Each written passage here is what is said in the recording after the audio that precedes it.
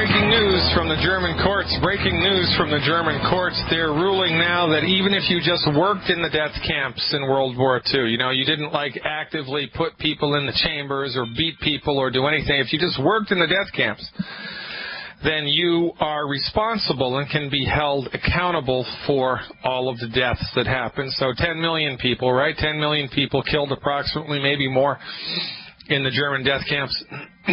Since World War II, approximately 45 million people have been killed by MD-directed therapeutics. 45 million people killed by MD-directed therapeutics. 10 million people killed in the death camps of World War II. The death camps are over. There are no more. MDs continue to be in business. 780,000 people. And this is just in the U.S. Worldwide, the numbers are probably triple this, right? Probably triple this. So that means right around 150 million people have been killed because of old-fashioned, outdated, expensive, dangerous, juvenile, pig-headed MD therapeutics. About 150 million. I mean, that's a conservative estimate worldwide since the end of World War II. And now the German courts have ruled that if you just worked, if you just swept up the floor in the death camps, that you're liable. You can be held responsible and prosecuted accordingly. Well, does this mean that janitors in the hospitals and nurses and, the plumbers and the electricians in the hospital should be held accountable? I think it should. But, of course, because the medical pharmaceutical industry monopolizes the medical industry and they have more power than God, this is not going to, none of this is nobody's going to be prosecuted here. And this is the million, billion, trillion-pound gorilla in the middle of the world that nobody sees, or that if people see, nobody speaks out about it like we do. The medical system does not need to be tweaked. It doesn't need to be massaged. It doesn't need to be upregulated or downregulated. It needs to be abandoned because it doesn't work, and these people need to be held accountable for what they do, period. MD-directed medical treatments for chronic diseases are the leading cause of death in the United States and the leading cause of bankruptcy, period. And nobody goes to jail. And yet we're up in arms, and rightly so, about, what, how many people killed in Syria? What, 1,500? Right? You know how many people a day die? It's 10 times that in the United States just from medical treatments. American citizens dead from MD treatments. And we don't bat a freaking eyelash, but the Syrians dropped dead, ostensibly from gas that somebody gave to them. Who knows who? You think it was Assad's regime? I don't think it was Assad's regime. But, the point, I'm not a political commentator. The point is that if we're just outraged at human death, then what about the 15,000 U.S. citizens a week who die at the hands of the MDs? This is how far down the rabbit hole we've gone in our abject genuflection at the altar of all things MD. It's killing us. We need to snap out of it. Well, guess what? I am the red pill. Here we go. We're going to go to Indiana and talk to Derek, I think, about sickle cell anemia. Hey, Derek, thanks for the phone call. You are live. Oh, yes. This is the real sickle cell warrior, and it's been about a year since I've started Longevity. I started at the end of September last year, and I started talking with you. And it's been a great year because I'm healthier than I've been in probably a decade, as about 47 now, and it does make a difference. But I was naive. I told you about that. I thought that I could talk to sickle cell organizations on Facebook and talk to my local one, and they would hear me out. But I found out that they can shoot you down real easily when you're just a peon. Yeah, it's crazy, isn't it? Yeah, but now, though, because of different things happening, I guess with cuts in federal money or whatever, I don't know, I got a chance this week to talk to the president CEO of the premier Sickle Cell Foundation here in Indianapolis, Indiana, which is huge. And so he's the doorman, the gatekeeper, and if I'm going to let him hear what you say, concerning why he should listen to what you're saying and what Dr. Wallach is saying. I talked to Dr. Wallach earlier today, but I want to get the doctor, because you're so expressive and dynamic and passionate. I want to hear what you have to say.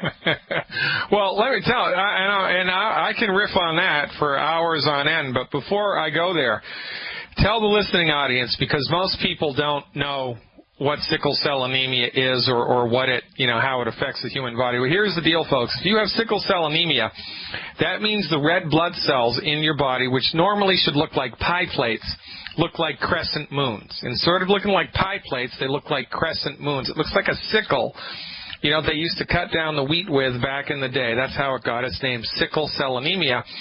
And when you've got a lot of red blood cells that are sickle-shaped instead of pie-shaped, as they're tumbling through your blood vessels, you can imagine what those sharp little edges, what type of pain that can generate. So normally, Derek, right, people that are suffering from sickle cell anemia have these things called sickle cell crises. Couple, 3, 4, 6, 7 times a year. How many crises were you having before Youngevity every year? Well, I was having probably not major crises. I would say two probably major that would put me in the hospital, but minor ones that would sit me down and sometimes make me go home from work early, a week or every 2 weeks. And since you've been on Youngevity, how frequently are the minor ones happening? Well, I had a real minor one about 2 or 3 weeks ago. It was so minor, I left work at 11, sat down, and I was up at 3 o'clock feeling like nothing was wrong and chopping wood the next day like Daniel Boone. Well, but the last time, so before Youngevity, you were having minor events about once a week, and since Youngevity, you're having minor events once a year? Probably about once, maybe twice a year, but it's so minor, it's like I can actually just sit down in a chair sometimes and then get up and then have fun well, all right, so later. That's a big change, right, from once a week to once a year. What the heck? And it's kind of just a non-event, right? Right. And how about major, big, take me to the hospital and shoot me in the head now events? How many of those events have you had in the last year since Youngevity?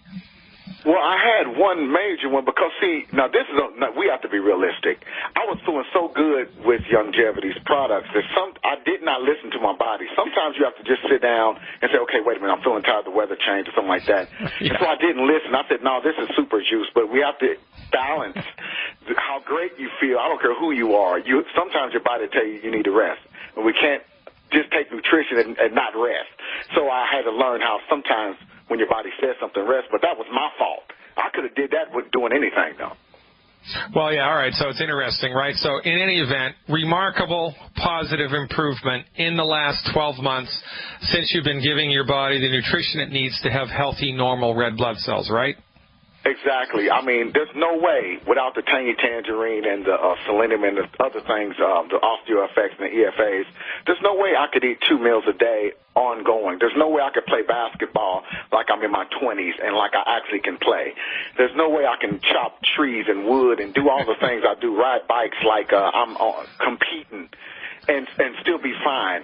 I mean, it just doesn't happen until Youngevity came along. It's remarkable. And this is a testament to good, new-fashioned medical nutrition. And this is the thing that I'm going to riff on right now. And you can forward this to the person that needs to listen to this. Look, here's the deal. My people are destroyed by lack of knowledge. And for the last 100 years, medicine in the United States has been dominated and delivered by the pharmaceutical industry, period. And medicine is researched and viewed, and pathophysiology is understood through a reductionistic lens. Medical doctors are not trained in science, they're trained in reductionistic science. And reductionistic science argues there is no soul force. The human body does not know how to fix itself. The human body does not have the ability to fix itself. Once you're sick, you're screwed. And your only option is to let man, the doctor, march in with man-made symptom-suppressive synthetic drugs, the intention of which isn't to stimulate and promote your body's ability to fix itself, but the intention of which is to suppress and control your symptoms. For goodness sake, medical doctors don't even know how to cure heartburn. They can manage it with the little purple pill, but they don't know what causes it, and they have no idea how to cure it. They have no idea what causes sickle cell anemia. They have no idea how to cure it. And because they're wedded to an old-fashioned, out-of-date methodology, reductionistic Newtonian science, their therapeutics fail. And so now they've failed for 100 years, and so now instead of looking in the mirror, taking the log out of their own eye before they try to fix the speck in their neighbor's eye, instead of doing that, instead of looking at their own methodology and saying, what are we understanding that's wrong here, they're all about the gene studies. Now, it's got to be genetic.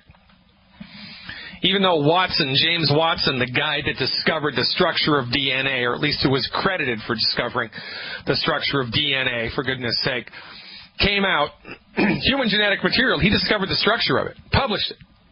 Came out about 6 months ago and said genetic research is a dead end, shouldn't be done, it's given us nothing, no tangible results, and the pathoneogenesis of illness is biochemical, it ain't genetic. But the MDs are pig-headed, and they're on this track. They're on a track, and they're never, ever going to get off of the track, because getting off of the track would mean that they have to admit their own incompetence, and that is never going to happen. 500,000 people died from Vioxx, and nobody went to jail. And they continue to try to develop pain medications of the same ilk. 500,000 people, are you kidding me? If you have sickle cells in your blood, it's not because you have a bad gene. It's not because you have an autoimmune disease. It's not because you have a voodoo curse. It's because your body has lost the ability, has run out of the raw materials to manufacture red blood cells the way that nature and God intended it. So what do? We provide your body with the raw materials that it needs to optimize its function and health. For goodness sake, you take better care of your automobile than you do of the human body. You change the oil every 3 months. You take it in for a tune-up once a year. They change out all the fluids. You do not give your body the nutrition that it needs, and it breaks down for lack of nutrition, and then you go to a pig-headed, old-fashioned, pharmaceutical centrist MD. They throw a drug and a drug and a drug and a drug and a drug and a drug and a drug, and then you suffer and die. Well, guess what? Get a clue. Be like Derek in Indiana. Give your body the raw materials. Get out of the way and let the healing begin. It's not rocket science. Welcome back, everybody. Dr. Peter Glidden here, your steadfast advocate for health, welcoming you to another live edition today, the 3rd day of September 2013, the 3rd day of September 2013. Thanks so much for logging in. We're going to go right back to the phones right now and talk to Shannon, who's calling from a good old Texas, where I'm sure she has spurs that jingle, jangle, jingle. What's happening, Shannon? Okay, I'm following up again on the lady I'm helping with the rheumatoid arthritis. Oh, listen, I don't care about that. Tell me what's happening in Texas. What are you guys, crazy people, doing down there now? Have you have you passed more gun laws? I mean, how many guns do you need, for goodness sake? What's going on down there? How the heck is it? How are your horses and cows and pigs and chickens anyway? What's happening? It's hot down here. It's hot. Yeah, it's not hell, but you can see hell from where you live, right? Yeah, pretty close. You know, honest to God, we'll get to the rheumatoid arthritis thing, for goodness sake, don't worry. I don't understand, honestly, because back in the day, I'm a Yankee, right, from Massachusetts, right? That's pretty obvious, yeah. Yeah, I'm sorry, Diane, what can I say? The apple don't fall far from the tree, right? And the first time in my life... Hey, do you remember the first time I called you and I didn't even tell you what was going on, and you said, I know what your problem is, you're Republican. No, I never said that. I never said that. All right, I said that. So here's the deal, right? So first time in my life I'm below the Mason-Dixon line. A buddy of mine was at Duke University in Durham, and I went down to hang out with him for a year. I thought I was going to be there for a year. I get there in September. Beautiful fall, and then we had a little bit of snow in December, and then, it went right away, and then springtime started in March, lasted for 3 months. Most beautiful spring I've ever seen in my life, by the way, in the South. But then, oh my God, June rolled around, and, we were a bunch of broke college kids living in a house. We didn't have any AC. And you'd take a shower, and 10 minutes later you'd be soaking wet because of the humidity. I couldn't handle it. I had to leave. I left. I couldn't handle the heat. And I don't know how people did it. like in Texas, back in the day, and in Mississippi back in the day, and in, heaven forbid, Florida. How the heck did people live there before we had AC? I don't get that. Other thing we have going for us as we're coming into the season of fall is the change of colors we have from green to brown to light brown. So we don't have not much variety in that either. Yeah, that's funny. You got to get to Michigan. Got to get to New England. So I went to college my entire undergraduate career was spent in New England. And I got to tell you, man, there were some days in the fall where it was just so unbelievably beautiful. I mean, it brought tears to your eyes. And here's a little fun fact to know and tell, ladies and gentlemen. If you're a leaf peeper, if you like to check out the fall colors, you get the most spectacular colors in seasons where there is a dramatic change between the daytime temperature and the nighttime temperature. When there's a big temperature change, like it's 85 degrees during the day and it's 40 degrees at night, when there's a big temperature difference between daytime and nighttime temperature, that's when you get the brightest colors. So check that out. If you can make it to New England or Michigan or even southern Canada during, September, October, it's well worth the trip. Unbelievably beautiful.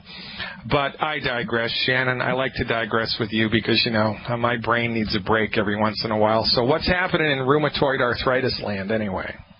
Okay, so the update, I called you because we just she was on the Healthy Start Pack, Fucoid Z, Killer Biotic, enzymes, CM gel, and had been for about 30 days and was still having a lot of swelling. But she was also going off of chemo treatments that the doctors had put her on, so Yikes. She was making that transition. She's just been, so then let me back up, then you upped her calcium, you basically doubled it and said, right, tell me what happens. And then she had totally watery diarrhea, and then we went to absorption issues. So now she's about a week gluten-free, and she is doing the calcium in smaller doses, every 2 hours, like you said, and the diarrhea has gone away, so she's absorbing something now. I just wondered, I was telling her about how I thought I was smarter than you for too long, and I played around with gluten, and when it really hit me was after I had done a cleanse and detox and then tried to play with gluten again, and I called you and got a royal rear end chewing out of you. Well, that's how I roll with you Republicans. Actually, stick around, Shannon. I want to talk to you some more. We're up against the hard break. Ladies and gentlemen, it's the luckiest day of your life. You've tuned in to Fire Your MD now. Check us out right there on the World Wide Web and join Team Glidden, why don't you? Back after these messages. Stick around. Hey, welcome back, ladies and gentlemen. Dr. Peter Glidden here. We're having a little fun today, feeling a little devilish, are we? We're feeling a little devilish today, I think so. Shannon, we're talking to Shannon. She always brings out the devil in me whenever she calls up. So Shannon, what do you want me to tell you, for goodness sake? The woman's only been gluten-free for 7 days. What do you expect, a miracle? Come on now, what's going on? Oops, hold on. I better unmute your mic, Shannon. And I think it would be better to give you a chance to talk. So what do you want me to tell you? Yeah.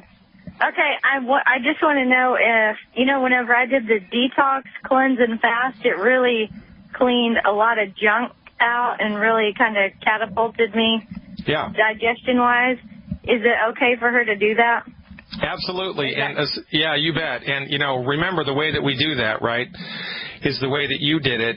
And if she does it the same way that you did it, then, it can accelerate the resolution of the problem here, you bet, because that goes a long way towards increasing absorption.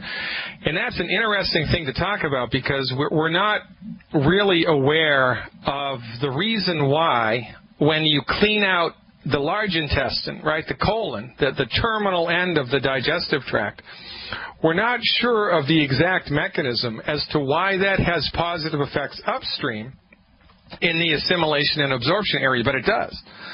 And, everything connects, and this is one of the wonderful things about the holistic method, right, because once we dial in the holistic method, we have unexpected positive effects in areas that we weren't anticipating. So, yeah, absolutely. If she got on board with a health recovery program, a detox, then that would be a very good thing for her to do. Okay, one other question. So I've been talking to her that if she's this gluten intolerant, all of her children are, because she's passed it on. And so we started finding this child has skin issues, this one. So we're dealing with that, but she has a toddler who basically has had constipation issues from birth, which is, not able to absorb iron was like the basis of mine when I was a kid. That's how I could look back and know.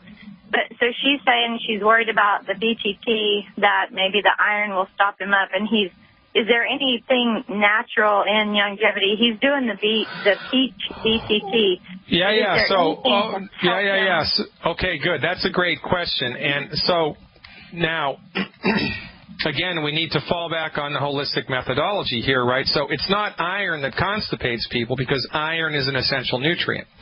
Mm-hmm. Now, if you just take an iron supplement, a standalone iron supplement, like Geritol, or remember that old Geritol they used to sell? I don't even know if they still sell that. But you can get iron supplements over the counter at the health food store, or even at the pharmacy. If you take too much iron all at once in a concentrated form, you can get constipated. The healthiest person in the world can get constipated from that. But when you take iron as one component of the 90 essential nutrients in trace amounts, which it is in longevity, then it's not going to cause constipation. It's just not going to do it, number one. And number two, the reason that the constipative event was there in the first place isn't because of the presence of iron in the child's diet, but it was because of the presence of gluten in the child's diet.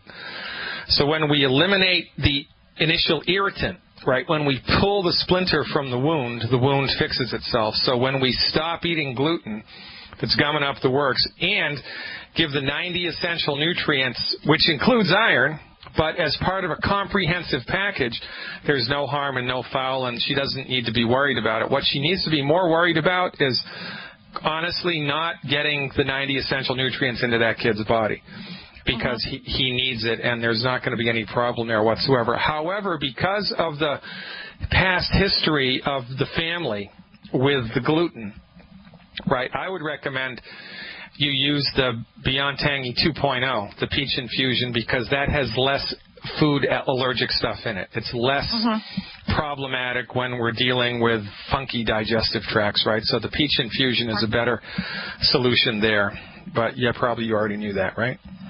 Yeah, but so when he is constipated, is there any, what can she do to help him in this transition? Okay, so when there is a constipative event happening, then she can give him the herbal rainforest. Longevity's herbal rainforest is specific, clean it out, thing. And if he was an adult, I would tell him just to drink a strong cup of coffee or a cup of espresso, right? Because caffeine is laxative. And it's laxative herbs that are in the herbal rainforest. Just, a half an ounce at a time for a child should be fine. And you want to see that kick in within 1 hour of taking it. Okay. All right, kiddo. Appreciate you. Keep up the good work down there in Texas. You are the last best hope your friends, family members, and church members have to live healthy and wealthy lives. And this is what we do, right, folks? We're rallying the troops. Shannon from Texas, Lori from Tennessee, Gerald from Texas. We've got the guy who just called from Indiana, the sickle cell anemia warrior, right? And Todd Harrison from California, the Defy Muscular Dystrophy, and all these people all around the country. They've taken up the responsibility of helping the members of their community recover their health. Why? Because the MDs stink at what they do for chronic disease, and they've let us down hard. This is what it comes to. This is why I love Longevity Nation. People are awesome. Going from Texas to Texas, going to talk to Gerald next. Hey, Gerald, thanks for the phone call. It's your turn. You are live. Hello, Dr. Glidden. It's good talking to you. Thanks for calling, buddy. What's up? Since my wife and I found Longevity just a little over a year ago, we feel like we found the fountain of youth. I know, right? That's true. I know. Proof of the pudding's in the eating, man. I can't talk about this enough. Good for you, Gerald. I'm happy to hear you say that. And really appreciate the way you're able to take complex issues and bring them down to lay terms so that us lay people can understand them. There you go. Well, I appreciate that, too. And, I got to tell you, man, if it wasn't for you, I wouldn't be here. Because if it wasn't for you and everybody just like you, Dr. Glidden is just speaking to a big vacuum with nobody in it. The reason that my information is so impactful to you is because you exist and you're thirsty for it. So, this is a very much of a symbiotic relationship. We both benefit from the existence of the other.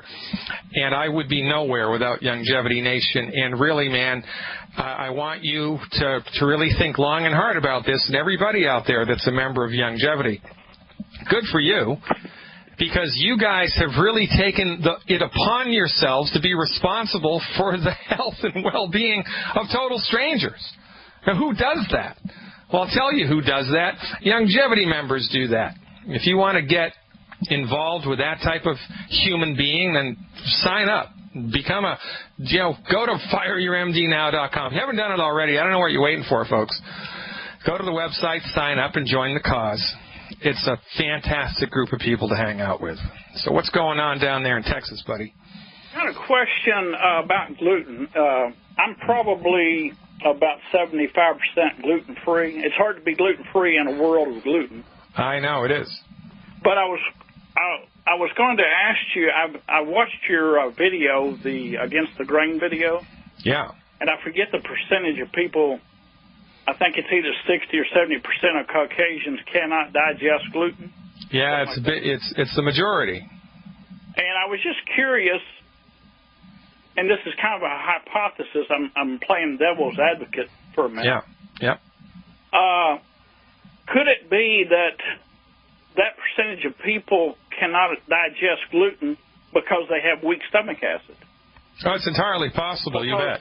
Probably the percentage of people that are calcium deficient and salt deficient, salt in their diet, probably would be about that same percentage of the population. Well, and it's interesting, and it's a point well taken, because when you look at the numbers, antacids, right, and proton pump inhibitors, things that completely eliminate your stomach acid, are the second largest selling drug in the United States and the leading selling drug in the world. So it's a point well taken, and it's a good point to ponder for, pure argument's sake, that the reason we can't digest gluten is because everybody's stomach acid is in the crapper. But let me tell you something, right? Because I respect what Dr. Wallach does and where he's come from and his academic background and his physician background and all of the stuff that he's done. I mean, you got to be a knucklehead not to take Dr. Wallach's word for it and do what Dr. Wallach says. So for the last 4 years, I've been gluten-free. Not because I felt like I had a problem with gluten, but because Wallach said be gluten-free, and I trust Wallach, so I went gluten-free, right? Right. And I didn't really notice anything remarkably positive after I stopped eating gluten. I really can't. There was no the clouds didn't part, and I had like some remarkable experience. But here's what did happen. And, all along, for the last 4.5, 5 years, I've been taking my calcium and doing my salt, and my stomach acid is as strong as it's going to be. Right. And about a month ago, I was in Paris on vacation with my sweetheart, right? We had a great time. Got engaged, by the way, on the Eiffel Tower. That's how Dr. Glidden rolls. Love you, honey. I know you're listening. But anyway, long story short, because I was being politically correct at the time, because of the social circumstances that I was thrust into, I ate some French bread. The first gluten I'd had in 4 years. 3 stinking pieces of French bread. And you know how thin they cut it, right? And for the next 5 days, I was sicker than a dog. For the next 24 hours, I felt like I'd been drugged. I was going to the bathroom every 30 minutes, every hour. I felt like I'd had a case of wine to drink. I felt like I'd been hungover. I mean, it was bad, man, and it took me 5 days to get over it. It was 3 stinking pieces of French bread. So, it's possible. You know, not everybody is gluten intolerant, but most people are, and even when you have healthy stomach acid, it's still a problem. And the only way to know, there's no reliable objective laboratory test to dial this in. So the only way that you can know how bad of a problem it is for you is to completely eliminate it from your life for a number of weeks or months and then eat a bunch of it and see how you feel. So, you know, let that be a little life lesson. And there's also, you know, we've had conversations over the years with people who said, well, if the problem is the digestion of the protein, then why can't we just develop some type of a digestive juice to soak the grain in before we make bread out of it, right? Or why can't we take some extra super-duper digestive acid before we swallow gluten in order to help break those chemical bonds between the amino acids? Well, I don't know. Probably what would happen if we did that is it'd burn a hole through your stomach because your body just isn't able to handle acid of that intensity. But I don't know, man. All that I know is when you go gluten-free, when most people go gluten-free, they feel a million times better. So my advice to you, Gerald, is to take it to the next level, baby, and be 100% gluten-free for 4 weeks in a row, 28 days in a row, and then on day 29, all I want you to do is eat gluten, and then call me on day 30 and tell me what happened. I appreciate you down in Texas, man. You guys are the greatest. Keep up the good work. Appreciate the phone call. Ladies and gentlemen, I'm Dr. Peter Glidden, your steadfast advocate for health. We're having a good show today. You're hearing it straight from the horse's mouth. Not me, but you. Tune in. More to come when we're finishing up the second hour after these messages. Welcome back, everybody. Dr. Peter Glidden here. The answer to the secret of life, the universe, and everything, as promised, on to buy the lead-in for today's show, the Facebook meme that we sent out. Well, the answer to life, the universe, and everything is 90. 90. The answer to life, the universe, and everything is 90. 90 for life. Check it out. We're going to finish it out here with Lori from Tennessee, who's been waiting a long time. Hey, Lori, thanks for the phone call. You are live. This is Gary. She called for me. I got heel spurs on both of my heels. Yeah. And I was wondering what could you do to get rid of them? Well, heel spurs. Yeah, go ahead. I went to the doctor, and he said there was nothing you can do. Just have to suffer with them. Yeah, right. Well, when all you have is a hammer, everything looks like a nail. And, of course, if you went to a communist and asked them about voters' rights, they would look at you like what?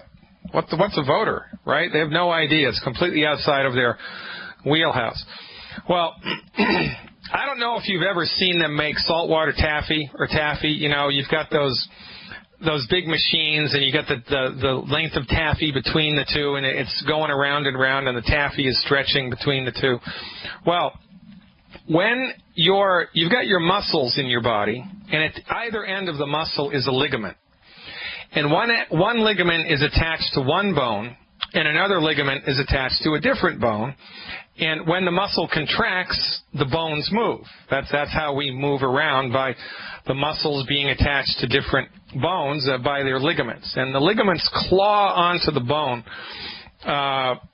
They're attached directly to the bone, kind of like a barnacle attached to the side of the hull of a boat. Okay? Now, when your bone is healthy, the junction between the attachment of the ligament and the bone is strong and durable, and there ain't no problem there. But when your bone starts to lose nutrients, on a microscopic level, not a macroscopic level, on a microscopic level, the bone starts to become malleable like the taffy. So now you contract your muscle, and the ligament pulls on the bone, but because the bone is softer and more malleable than it needs to be, a little bit of the bone gets pulled off of the bone. And that's a bone spur. Bone spurs are simple, mineral deficiencies. Now, when we're talking about supporting and promoting the structure and function of a bone, we need to do two things. We need to provide the bone has a skeleton, right? The skeleton of your skeleton. How about that? Inside of the bone, there's a sulfur molecule matrix, like a honeycomb, to which all the hard minerals attach. And that sulfur-bearing matrix is made from glucosamine sulfate and chondroitin sulfate and hyaluronic acid. So because we are holistic, we don't just throw calcium at the problem. We give your body all 90 essential nutrients that it needs, extra calcium, and extra sulfur-bearing molecules to support the skeleton of the skeleton, and give your body extra minerals that it can attach and make the bone nice and strong and hard again, so when you flex your muscle, you don't get bone spurs. So the recommendation here is easy. It's one, actually, I wouldn't do the Healthy Bone and Joint Pack because, well, is there pain associated with the bone spurs here? Is there pain associated? Oh, yeah, there's a lot of pain with it, yeah. All right, so what I would do, how much do you weigh, man? 260. All right, so for 90 days, for 3 months, here's what I would do. 2 Healthy Bone and Joint Packs per month. 2 Healthy Bone and Joint Packs per month. 4 bottles of selenium a month. 2 Healthy Bone and Joint Packs, 4 bottles of selenium. 2 Healthy Bone and Joint Packs, 4 bottles of selenium, and 1 bottle of liquid glucogel plus. 1 bottle of liquid glucogel plus. If you really want to accelerate this, you can do 2 bottles of liquid glucogel plus. Take that for 90 days in a row. Eliminate the 10 bad foods. And part of that program is a cream called CM cream. You can apply the CM cream topically to the part of your body that hurts, where you're having painful, bone spurs. You can apply that topically. See if it knocks down the pain. Give your body the raw materials that it needs. Stop eating food that's gumming up the works, causing inflammation. Get out of the way and let the healing begin. You're going to love how you feel. We're out of time, folks. I don't know where the time goes. God willing, I'll be back with you tomorrow. Until we meet in person, I remain your steadfast advocate for health, Dr. Peter Glidden, over and out.